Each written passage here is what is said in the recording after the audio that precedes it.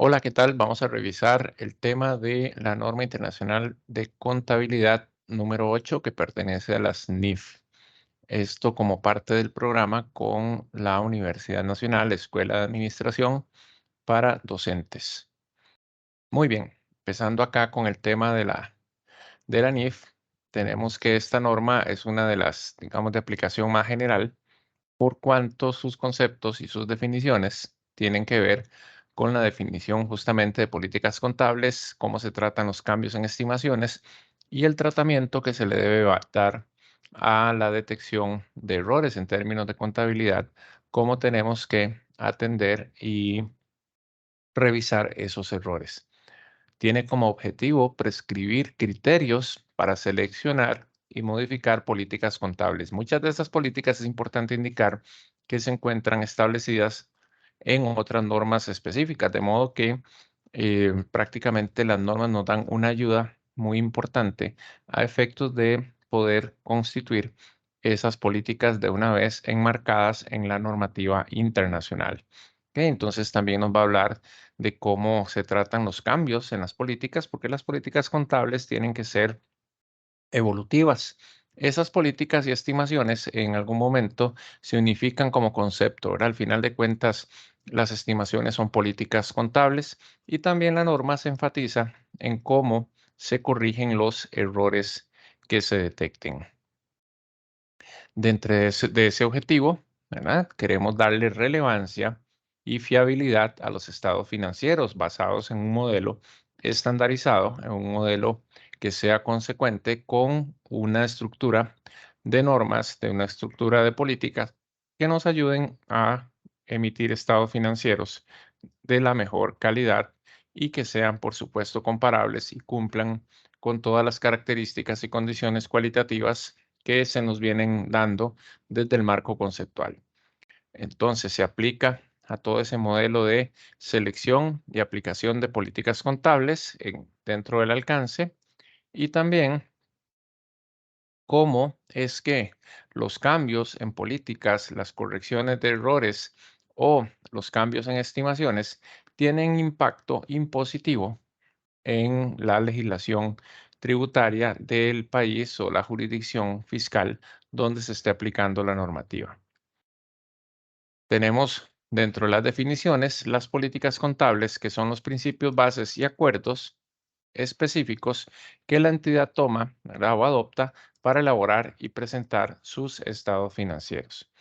Cualquier cambio en una estimación contable tiene como definición ajustes en los importes en libros de un activo o un pasivo o el consumo periódico de un activo tras evaluar la situación actual del elemento y los beneficios futuros esperados. Es decir, al estar en constante evolución, los procesos contables de valoración, de medición, de registro, etcétera, tenemos que estar muy atentos a efectos de realizar todos los cambios que sean necesarios.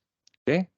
Muy bien. Entonces, estos cambios en estimaciones o políticas no son correcciones de errores, salvo que ante la existencia de una política previa, hemos aplicado equivocadamente sus indicaciones, por lo tanto, sí se constituirían un error. ¿Ok? Entonces, las normas ya sabemos como repaso, son todas estas que han sido adoptadas por el IASPI, ¿verdad? Comprenden normas internacionales de información financiera y las normas internacionales de contabilidad. Siempre es importante estar reiterando ese cuerpo normativo que son las NIF y que mantienen la nomenclatura de NIC y de NIF en algunos casos, en las más nuevas principalmente. ¿Ok? También tenemos interpretaciones que vienen a ser como ampliaciones ante consultas de esa normativa. Nos vuelve a reiterar la norma el principio de materialidad o importancia relativa, que es que debemos revelar toda aquella información que sirva o que sea necesaria para la toma de decisiones, que sin mostrarla podría hacernos tomar decisiones o podría hacernos llegar a conclusiones distintas o hasta erróneas. ¿Ok? Depende, por supuesto, de la magnitud y la naturaleza, ¿verdad?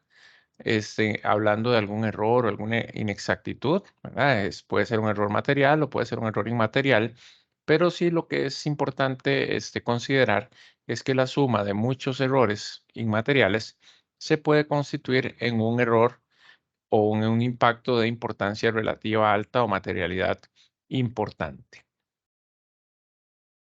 Los errores de periodos anteriores son aquellas omisiones e inexactitudes en los estados financieros para uno o más periodos anteriores porque fallé cuando empleé alguna técnica o la interpretación de información en ese momento que estuvo disponible para esos periodos. También podría considerarse el tema de los errores, ¿verdad?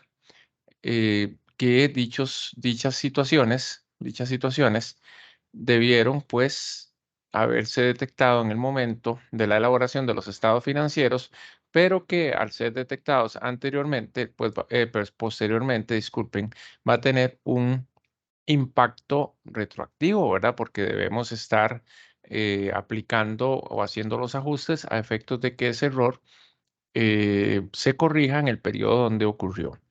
Dentro de los errores hay situaciones aritméticas, ¿verdad? Situaciones donde una interpretación de un movimiento, de un registro, de una evaluación, un cálculo, nos haga hacer un reconocimiento inadecuado.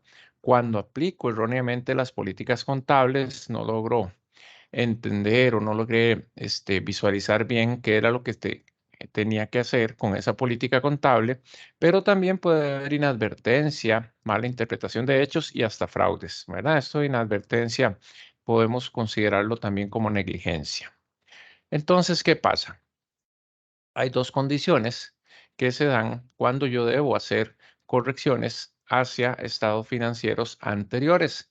Nos habla de la aplicación retroactiva, que es aplicar una nueva política a transacciones o sucesos como si ésta se hubiera aplicado siempre. Es decir, hacer una remedición de estados financieros afectada por una política que en el momento que se realizaron no estaba, pero que para fines de comparación, para fines de mantener la contabilidad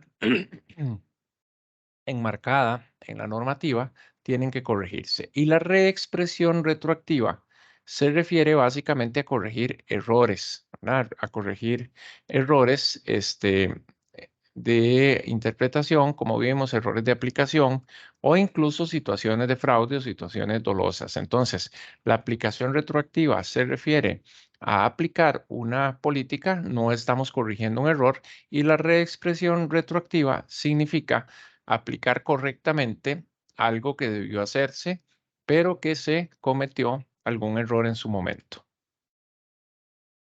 También la norma nos habla de un principio de impracticabilidad, ¿ok? Entonces, muchas veces podría ocurrir, aunque puede ser raro, que la aplicación de una norma de forma retroactiva, de una nueva política, etcétera, sea impracticable porque las condiciones definitivamente en ese momento de periodos anteriores no facilitan o no posibilitan esa aplicación. Entonces, cuando yo no puedo aplicar retroactivamente algún modelo contable, alguna corrección, alguna situación, después de efectuar todos los esfuerzos razonables, pues estaríamos diciendo que hay impracticabilidad retroactiva, ¿verdad? Muy bien, eso se refiere. Por ejemplo, dice que si no es determinable cuál fue el impacto de esa política o cuál era el impacto del error que se cometió en un periodo anterior, debemos establecer a veces suposiciones, ¿verdad? Acerca de cuáles hubieran podido ser las intenciones de la gerencia en ese periodo ante una situación de política, ante una situación de error, de modo que al basarse en suposiciones podríamos estar sesgando la corrección que vamos a hacer y en la de menos hacemos el problema pues un poquito más grande, ¿verdad? En lugar de resolverlo, lo que estaríamos haciendo es el problema más grande. La aplicación o la reexpresión retroactiva requieren estimaciones de importes significativos y que sea imposible distinguir objetivamente información de tales estimaciones. ¿Ok? Entonces, como les digo, es para determinar que algo es impracticable, debemos tener todo muy bien fundamentado, ¿verdad? Por ejemplo, la información o la evidencia de las circunstancias que existían a la fecha o fechas de tales importes que hubiera estado, hay que pensar en que también si esa información hubiera estado disponible en periodos anteriores. Esto, para ponerlo como un ejemplito, puede ser el caso de una revaluación, ¿verdad? Porque pudiera ser que las condiciones de mercado, las condiciones geográficas, las condiciones de actividad comercial de un lugar cambiaron y eso implica que un avalúo actualizado sea impracticable llevarlo a esas fechas porque las condiciones particulares de esos periodos anteriores pues no eran las mismas, ¿de acuerdo? Dentro de la definición también la norma nos habla de las aplicaciones prospectivas y aquí estamos hablando de cuando hay un cambio en una política o una estimación, ¿verdad? Pero que se debe hacer hacia futuro, que es aplicación de la nueva política a las transacciones, sucesos y condiciones, ¿verdad? Sea para a partir de una fecha hacia adelante, o sea que no tengo que cambiar nada. Muy bien, entonces estamos hablando de cambios en el periodo corriente en que ocurre y en periodos futuros afectados por dicho cambio. ¿Ok? Entonces, vamos a ver, respecto ahora sí de las políticas contables. Cuando una norma o interpretación, ya vimos que las normas tienen sus interpretaciones, sea aplicable de manera específica a una transacción, la política o políticas se aplicarán conforme a esa norma o interpretación y considerando cualquier guía relevante que emita el IASB. Es lo que les decía al principio. Las políticas contables, en su gran mayoría, surgen de las mismas normas específicas. Entonces, si estamos hablando de políticas contables para el activo fijo, estaríamos considerando la NIC 16. Si vamos a determinar las políticas contables de los activos intangibles, estaríamos conversando ahí o utilizando la NIC 38 y así sucesivamente, la NIC 41 de agricultura, la NIC 36 de deterioro, la NIF 16 de arrendamientos, la NIF 15 de ingresos. Entonces, desde ahí, alguna norma tal vez en nuestro país o en nuestra legislación, alguna norma tan específica para determinada transacción. Entonces, en ausencia de esas normas, las empresas pueden generar su propia normativa a partir del juicio de la gerencia. Vean que no se le traslada el juicio a la contabilidad, sino que a la gerencia para aplicar esas nuevas políticas o esas políticas que no estén cubiertas bajo alguna normativa. Otras políticas surgen a partir de la legislación fiscal de un país, ¿verdad? Surge a partir de las regulaciones, de modo que también hay una combinación entre políticas originadas en las normas específicas, políticas originadas en la legislación fiscal y hasta políticas originadas en las particularidades de cada empresa. Entonces, una empresa agroindustrial, una política de valoración o de revelación de sus componentes a partir de los modelos propios contables de su estructura que tenga, ¿verdad? Entonces van a generar normativa, digamos, muy del sector. Por ejemplo, los hoteles, ¿verdad? Tienen su propia normativa, tienen su estructura de indicadores de gestión, ¿verdad? Entonces, estas entidades tan particulares se pueden ir manejando, ¿verdad? Considerando también sus propios modelos a partir de clasificaciones propias o independientes de su sector hotelero, puede ser sector de aerolíneas, sector agroindustrial, sector agrícola, ganadero, entonces pueden generar normativa muy particular. Ahora, cuando yo genere una nueva norma o haga algún cambio de norma, pues debo tomar en cuenta que esa nueva política, esa nueva estimación debe ser muy relevante o debe aportar hacia la toma de decisiones. Entonces, un cambio no puede ser antojadizo, ¿verdad? Tiene que estar fundamentado en una norma, debe estar fundamentado en un aspecto legal, o si es algo interno de la empresa, debe fundamentarse en un principio de que ese cambio en la política trae consigo un cambio, ¿verdad? En la calidad de la información contable que se esté presentando, o sea, para mejora. No es que yo haga un cambio en política por conveniencia. Por ejemplo, que quiera cambiar el método de depreciación de suma de dígitos a línea recta porque eventualmente pagaría más y menos impuestos, etcétera, ¿verdad? Entonces, lo que deben permitir esas políticas es generar información fiable, ¿verdad? Información fiable para los estados financieros en términos de que presente en forma fidedigna esa situación financiera, el desempeño financiero y los flujos de efectivo. O sea, estamos hablando de estados financieros ahí y que se revele la esencia económica de las transacciones. O sea, que lo que diga un contrato sea lo que esté reflejado en la contabilidad. O sea, que haya esa consistencia, que haya esa concordancia. ¿Ok? Esas normas o esas políticas que yo genero deben ser neutrales, o sea, libres de perjuicios o sesgos, que no estén hechas a conveniencia, que sean prudentes. Esto es el criterio, el principio prudencial o de conservatismo que está en la contabilidad y que abarque, ¿verdad? Todos los extremos significativos de los estados financieros que vayan a verse afectados. ¿Ok? Dentro de las políticas contables, hablamos de esos juicios que se describen en los párrafos anteriores.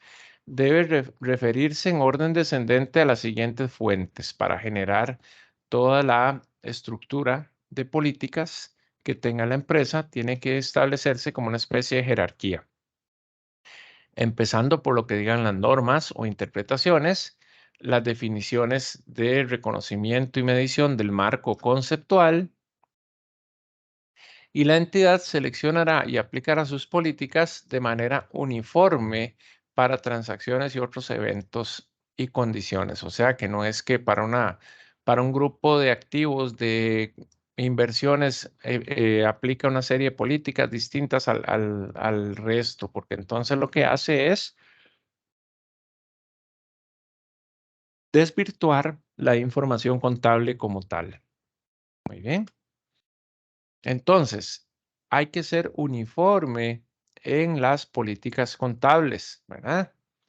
Ahora, si hay categorías que la normativa específica permite, pues yo puedo hacer o diseñar algunas políticas específicas, pero sin salirnos de los marcos técnicos normativos, ni de los marcos legales, fiscales, tributarios, ni de los marcos propios del sector en que yo estoy operando. Cuando cambio una política contable, la empresa hará ese cambio si lo requiere otra norma o interpretación o un aspecto legal y, por supuesto, si ese cambio hace que los estados financieros se vuelvan más fiables y que su información sea más relevante. ¿Ok? Entonces, que mejoren, que provean con ese cambio una mayor calidad en el estado financiero que estoy desarrollando. ¿Qué no son cambios en estimaciones contables? Vamos a ver qué pasa. La aplicación de una política para transacciones, otros eventos o condiciones que difieren sustancialmente de aquellos que ocurrieron previamente. O sea que si yo no puedo mezclar, ¿verdad?, un cambio de una estimación, por ejemplo, si yo hablo de pasar del 3% de estimación para incobrables al 3,5 porque tengo nueva información, porque tengo nueva estadística, ¿verdad? No quiere decir que eso sea un cambio en política, ¿verdad? O sea, eso es un cambio en política, pero no quiere decir que es nueva, ni mucho menos. Simplemente estoy variando la tasa de cambio de una política. Ahora, si yo estoy, por ejemplo, registrando mis activos al valor histórico, y después decido pasarme a revaluación, pues más que un cambio de política, lo que estoy haciendo es aplicando un modelo de normativa, ¿verdad? Entonces, todo eso es importante tenerlo claro. Sin embargo, bueno, al final de cuentas, todos los ajustes que llevan en estimaciones o en políticas deben considerarse dentro del objetivo de aportar mayor fiabilidad y relevancia a los estados financieros. Ese es como quien dice el objetivo primordial que yo debo conseguir, ¿verdad? Que mejore mi fiabilidad y calidad de los estados financieros. Entonces, si son situaciones que antes no ocurrían, ¿verdad? El hecho de que ahora yo las vigile o las controle mediante una política no quiere decir que sea un cambio, una nueva, ¿de acuerdo? Otro tema de estimaciones que no son. Cuando yo aplique por primera vez la reevaluación de activos de acuerdo con la NIC 16, o con la NIC 38 de activos intangibles, se considerará un cambio de política contable que ha de ser tratado como una revaluación de acuerdo con esas NIC. Entonces, hace un ratito les decía, el cambio por revaluación no es un cambio en política, ¿verdad? No es un cambio en política porque antes no se hacía la revaluación. Sin embargo, vean que aquí la norma viene y lo cambia y dice que sí. ¿Y por qué dice que sí? Entonces, para que ustedes vean cómo es importante em, leer completa la norma antes de emitir un juicio. ¿Por qué sí se puede decir que es un cambio de normativa? Porque la política contable antes de aplicar revaluación era el costo histórico y ahora sí estoy aplicando revaluación, de modo que es como si fuera una nueva política, un cambio en la política contable y no una nueva. ¿De acuerdo? Porque estoy pasando de valor histórico a valor revaluado. ¿Ven? Son detallitos de semántica, si se quiere, que tiene la norma. ¿Cómo voy a contabilizar, ¿verdad? Un cambio en política contable al aplicar de forma inicial una norma o interpretación? Pues también tengo que apoyarme en las disposiciones transitorias que tiene una norma, ¿verdad? Entonces es importante siempre que se va a aplicar una norma nueva que tiene, por lo tanto, nuevas implicaciones de carácter contable, debo pues anotar o tener mucho cuidado de aplicar correctamente las disposiciones transitorias, ¿ok? Entonces, cuando una entidad cambie una política contable, ya sea por aplicación inicial de una norma o interpretación que no incluye una disposición transitoria, ¿verdad?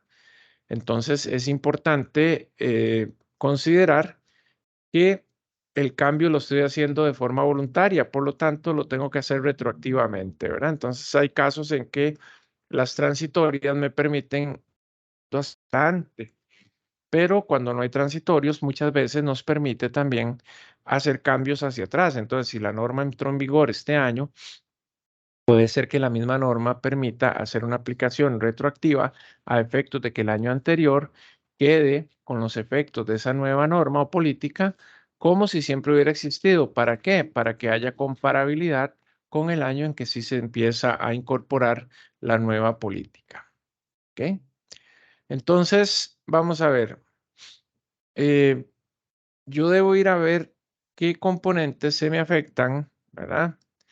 A nivel de activo, pasivo, patrimonio, cuando procede, para hacer el ajuste retroactivo. Pero normalmente, cuando estamos frente a un ajuste que provoca un movimiento retroactivo en cuentas de resultados, la partida que se va a afectar está dentro del patrimonio, que son resultados de periodos anteriores, o sea, no se va a reexpresar el gasto.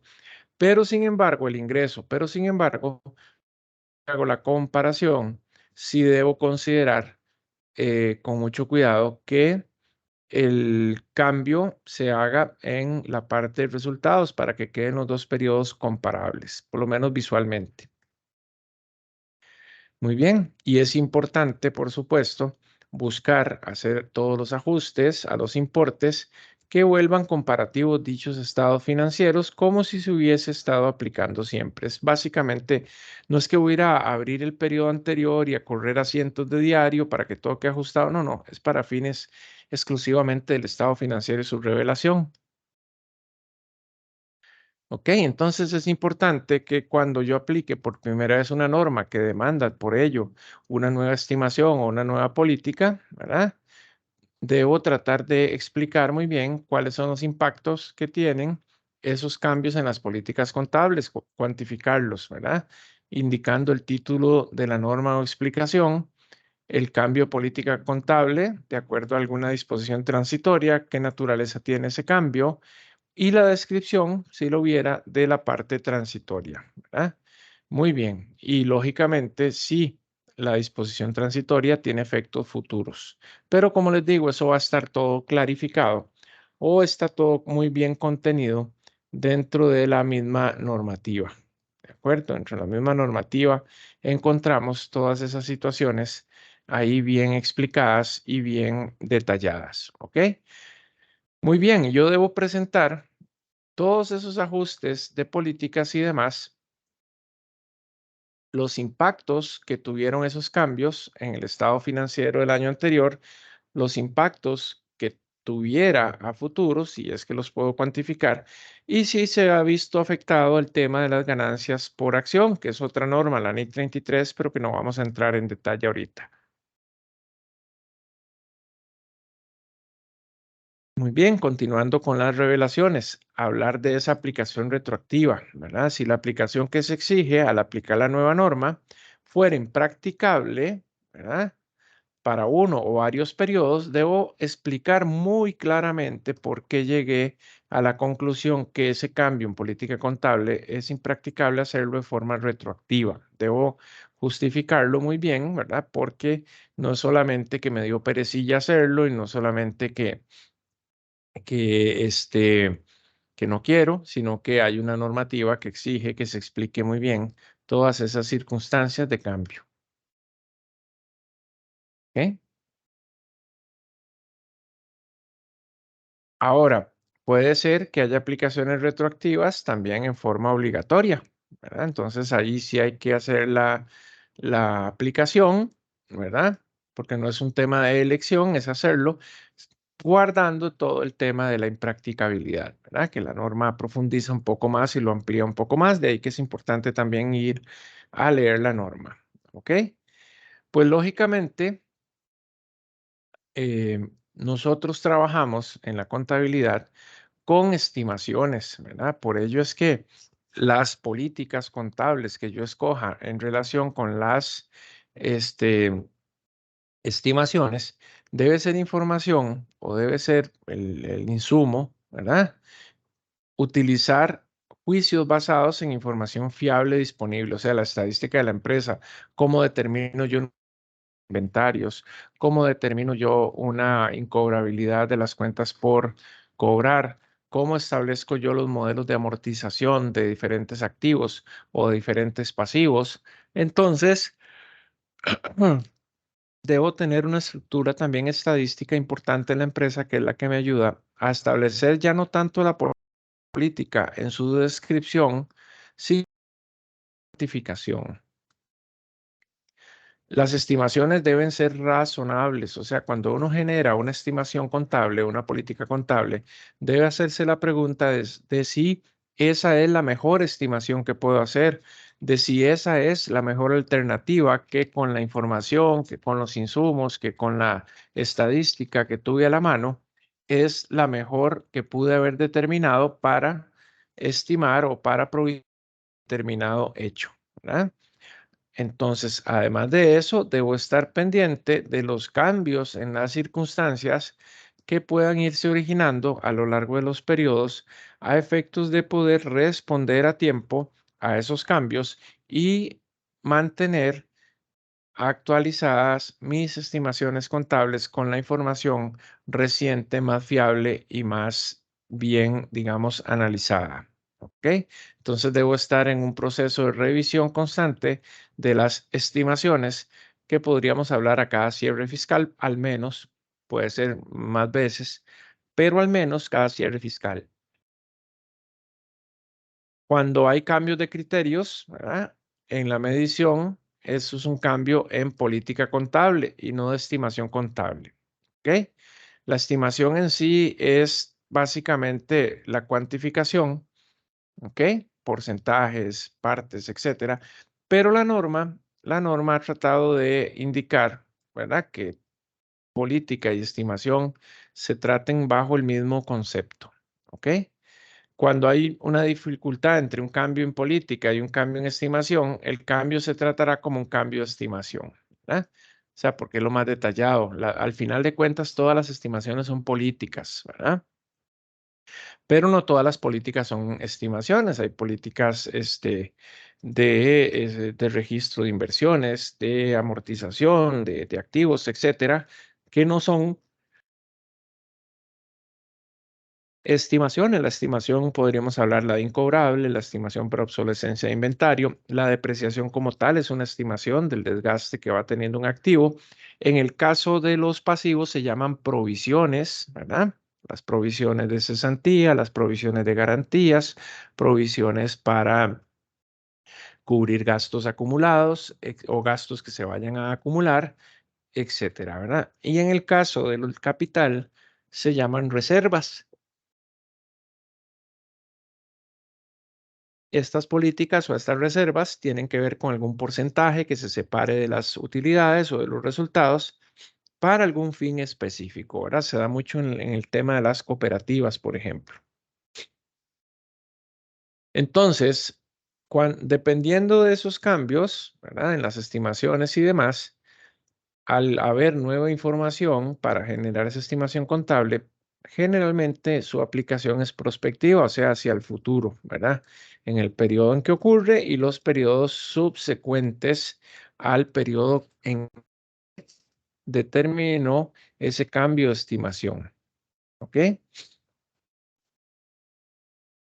Aunque sufra ajustes o cambios durante el periodo, deben tener su explicación, ¿verdad? Mediante la revelación de su naturaleza y demás condiciones. En el periodo corriente, ¿qué es el periodo corriente? Es el periodo anual de la contabilidad, el periodo en que estamos, ¿verdad? Y debe seguirse aplicando si es que se mantiene la condición, debe seguirse aplicando a los periodos futuros, exceptuándose la revelación de información del efecto sobre periodos futuros en el caso de que sea impracticable. Bueno, muy complicado que yo cambie una política hacia futuro y sea impracticable, pero bueno, la norma lo prevé, ¿ok?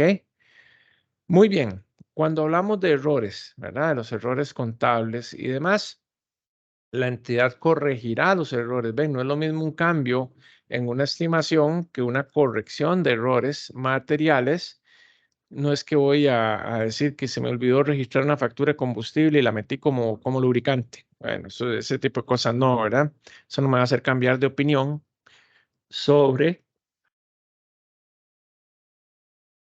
la situación financiera de la empresa, ¿verdad? Pero si ya yo dejo de registrar adecuadamente una valoración, unos tipos de cambio, unas estimaciones de incobrables, de obsolescencia de inventarios, dejo de registrar un costo de ventas, etcétera, etcétera, todo eso sí me va a generar problemas. Y vean que de nuevo volvemos al concepto, los errores se reexpresan, la aplicación de políticas hacia atrás es simplemente una aplicación de carácter retroactivo.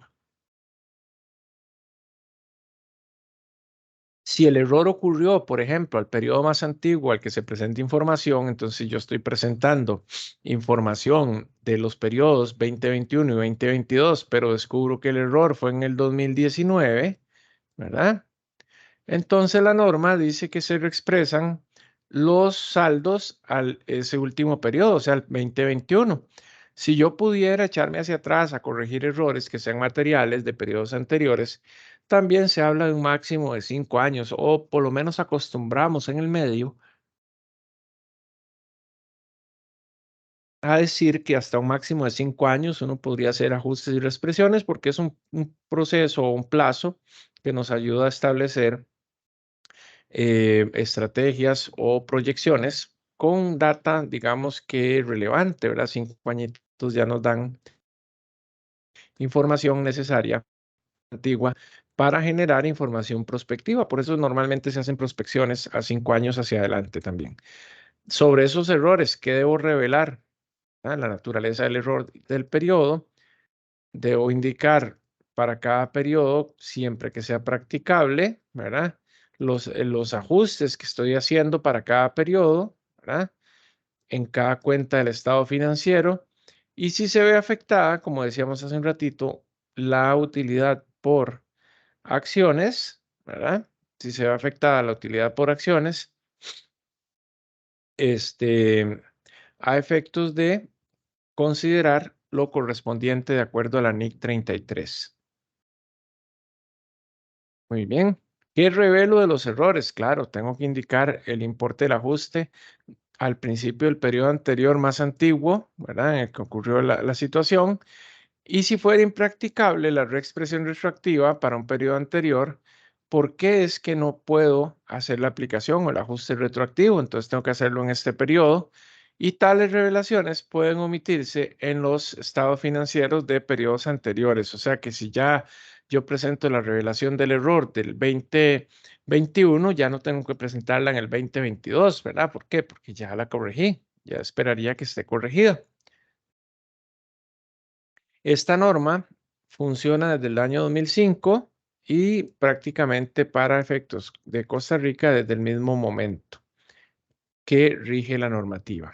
¿Ok? Entonces ahí tendríamos lo que es la parte teórica de la norma, no sin antes indicarles que es necesario, sí o sí, que le demos una revisadita a la norma a efectos de también conocerla más a fondo, completar esa parte teórica, ¿verdad?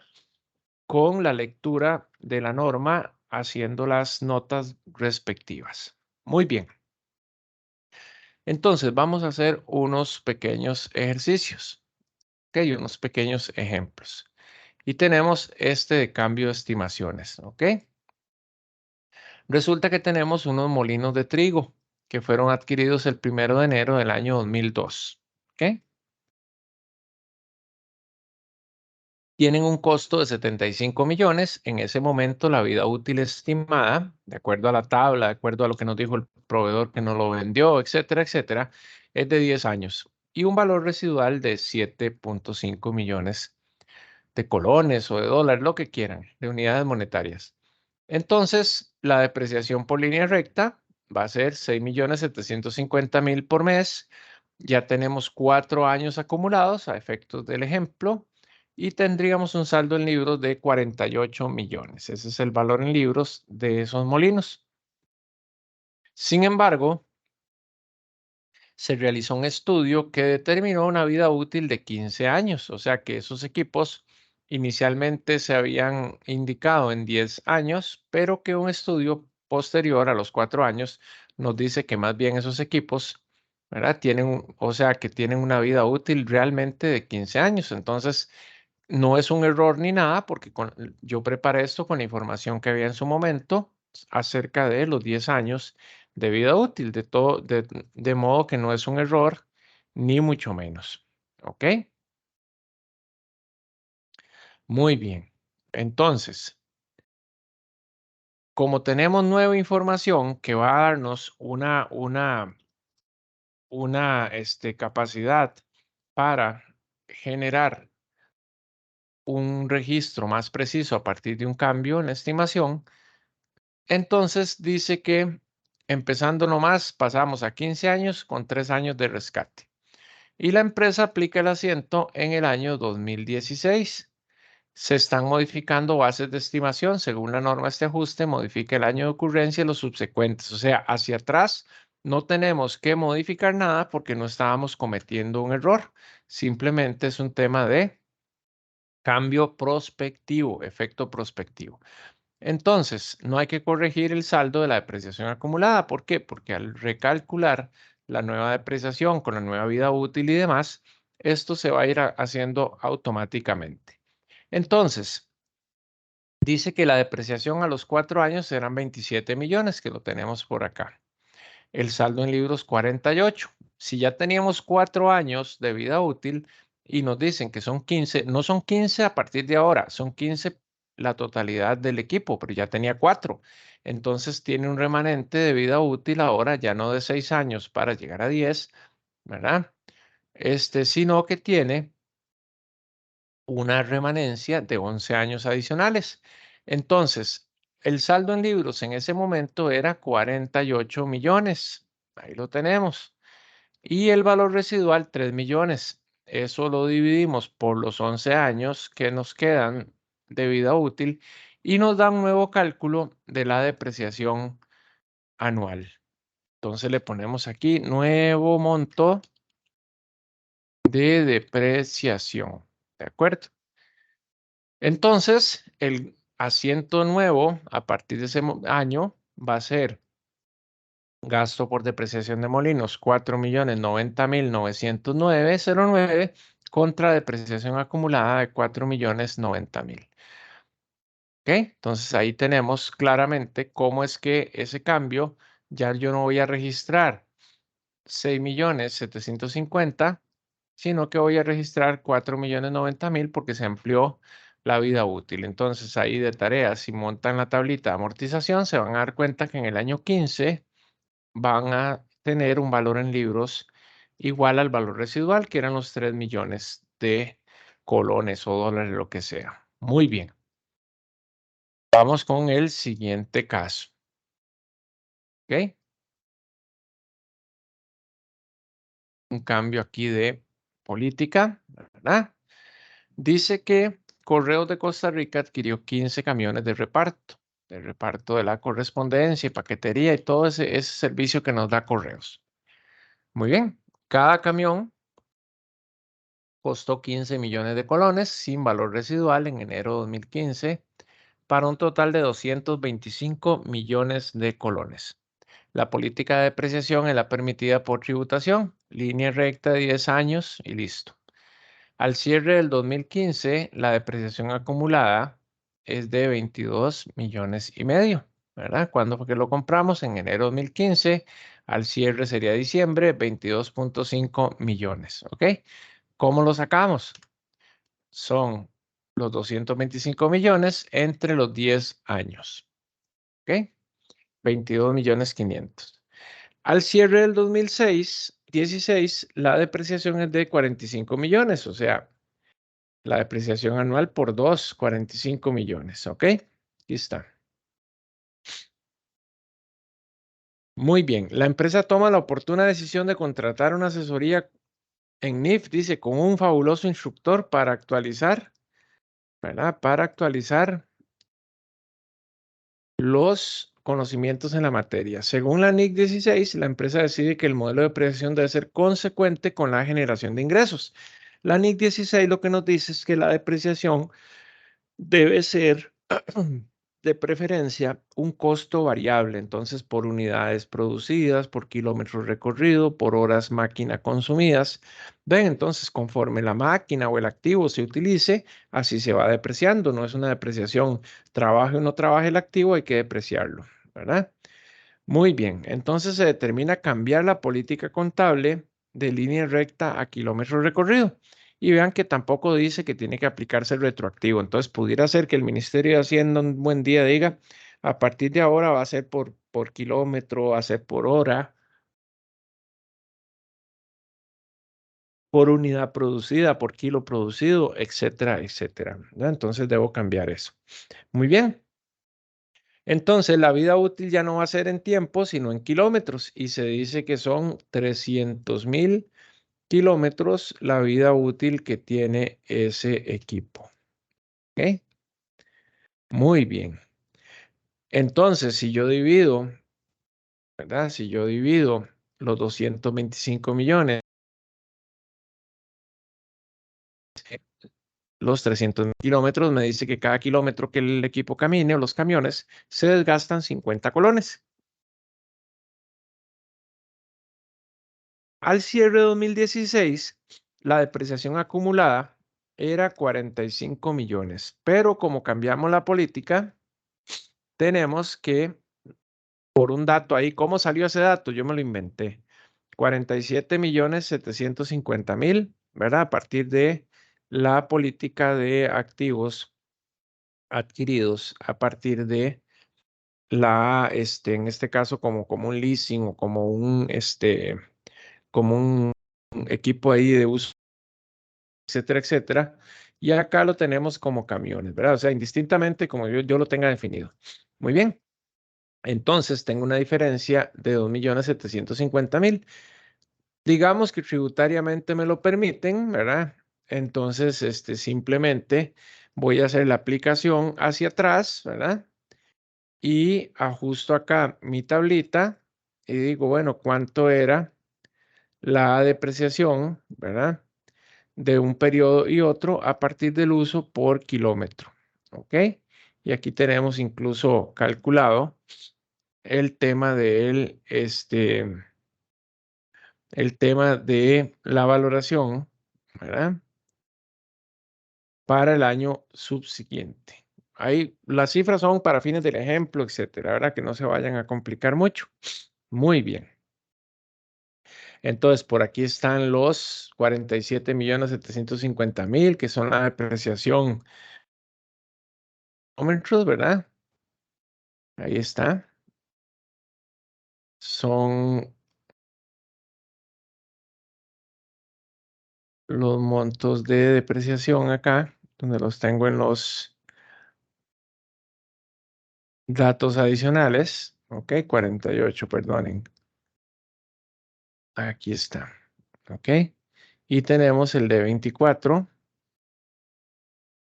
que es el valor aquí está por kilómetros, aquí está el valor para sacar los 47.750 totales.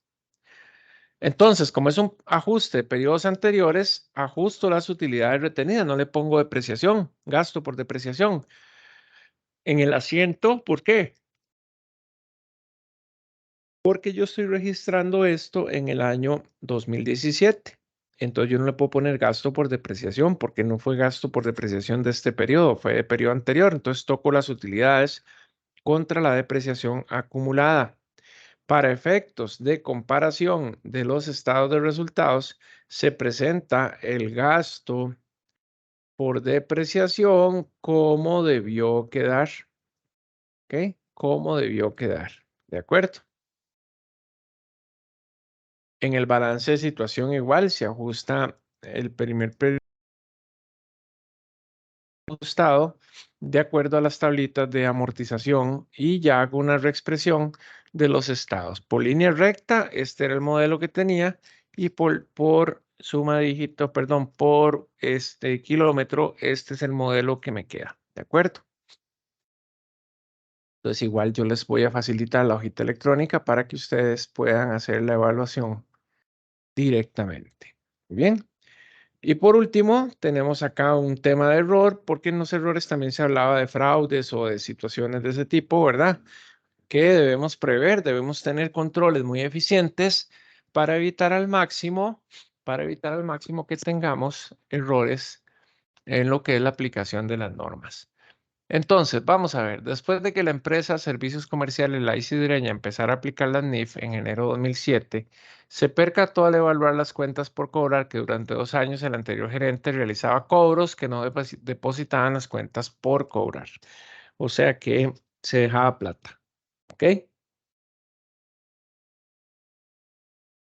El impacto de dicho hallazgo es tan material que sesga en 15% la razonabilidad de esos indicadores, ¿verdad? De ese monto. Imagínense el montón de plata que eso significa, ¿verdad? 15% de variabilidad en la razonabilidad de las cuentas por cobrar, lo cual es mucho. Entonces, las cuentas por cobrar al 2006 eran 180 millones. Esa era la política que tenían. Entonces, tenía un saldo neto por cobrar de 174.600. Ahora bien, ¿qué pasa? Según la normativa, ¿verdad? Si los estados aún no están publicados, ¿verdad? Yo determino el efecto del fraude, que dice que es el 15% de las cuentas por cobrar, y registro de una vez la pérdida por incobrables, ¿verdad? Porque esa plata se la robaron. Ahora, si ya yo voy a meter un juicio, etcétera, etcétera, voy a ir a pelear ahí, ¿verdad? Pero por lo pronto lo estoy dando por perdido, ¿verdad? Entonces yo registro el incobrable contra la estimación. Ya cuando a mí me digan definitivamente los jueces, no, miren, no hay nada que hacer, no va a recuperar esa plata, entonces ya en el año subsiguiente o cuando pase, elimino la estimación. ¿Por qué? Porque ya el gasto lo registré en el año en que ocurrió. El gasto tiene que quedar registrado en el periodo en que se robaron la platilla, ¿verdad? Muy bien. También puedo usar la cuenta pérdidas por fraude. ¿Por qué? Porque al final de cuentas no voy a poder cobrar eso, pero no por una estimación normal, sino que además hubo una condición de fraude y de una vez lo rebajo de las cuentas por cobrar. Ni siquiera paso por la estimación. De una vez lo doy por perdido. Pudiera ser que los asesores legales tengan que indicar si es probable demandar a los imputados para ver si puedo recuperar o no, ¿verdad? Alguna parte, y en eso se constituye en un activo contingente de acuerdo a la NIC 37. Y tendría que hacer la provisión, no la provisión, la revelación de un activo intangible, perdón, contingente. Si ya yo cerré, declaré y todo, estoy trabajando en el periodo actual más bien, entonces en lugar de registrar el gasto por incobrable o la estimación como gasto por incobrable o la pérdida por fraude, lo tengo que registrar en este periodo. Pero para efectos de comparación, yo me rebajo esos 27 de los incobrables o los aplico a los incobrables del año anterior para que sea comparable. Pero en el año en que hago el ajuste, yo voy y disminuyo las utilidades retenidas y disminuyo la cuenta por cobrar. Ahora, si yo tengo este efecto tributario, estos 27 millones van a ser un gasto, ¿verdad? Que me genera entonces un efecto tributario, aunque esté utilizando la cuenta de este, utilidades retenidas. También puedo usar la cuenta de utilidades retenidas contra incobrables. En el caso de que los abogados digan que podríamos ir a pelear, recuperar ese monto o recuperarlo por un monto que nos indique, ¿verdad?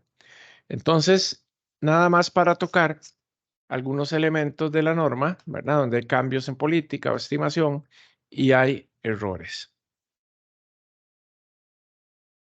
Vamos a dejar de compartir para concluir. Entonces, esta norma tiene una importancia muy, muy grande por cuanto es de aplicación prácticamente en todas las empresas. Todas las empresas deben tener su estructura de políticas y procedimientos contables. Por lo tanto, digamos que es una norma muy transversal, ¿verdad? Que abarca toda la totalidad del parque empresarial o societario de cualquier tipo de negocio. Entonces es importante que conozcamos muy bien cómo se gestan las políticas contables, donde podemos encontrar su fuente para construirlas, que son las mismas NICs, y cómo debemos establecer sobre esa normativa controles necesarios a efectos de mantener, ¿verdad? Un poquillo a los chiquillos mal portados, ¿verdad? Que no quieren aplicar tal vez la normativa como tiene que ser. Entonces, ahí estaríamos con lo que es la NIC 8. Esperamos ir generando más contenido para apoyarnos un poquito en este universo de las normas contables. Por lo pronto, muchísimas gracias por su atención.